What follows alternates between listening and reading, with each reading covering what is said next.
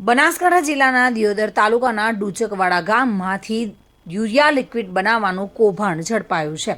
વાહનમાં વપરાતું urea liquid બનાવવામાં આવતું હતું અને એલસીબીને બાતમી મળી હતી. બાતમીના આધારે એલસીબીએ રેડ કરી હતી. જોકે ખેતરમાં ચાલતી આ ડુપ્લિકેટ ફેક્ટરી પર એલસીબીએ રેડ કરી હતી અને ત્યાંથી લિક્વિડ પકડી પાડ્યું હતું. જોકે બાતમીના આધારે યુરિયા ખાતરનું કૌભાંડ ઝડપાયું છે. દિયોદરના ડુચકવાડા ગામમાંથી આ યુરિયા લિક્વિડ બનાવવાનું કૌભાંડ ઝડપી પાડવામાં આવ્યું છે. જોકે એલસીબી પોલીસે કુલ ₹1,15,000થી વધુનો મુદ્દામાલ જપ્ત કર્યો છે અને ખેતરમાં ચાલતી ડુપ્લિકેટ લિક્વિડ બનાવવાની ફેક્ટરી પર તાળા મારી અને સીઝ કરવામાં આવી છે અને ત્યાંથી ₹1,15,038નો મુદ્દામાલ ઝડપી વધુ તપાસ હાથ ધરી છે.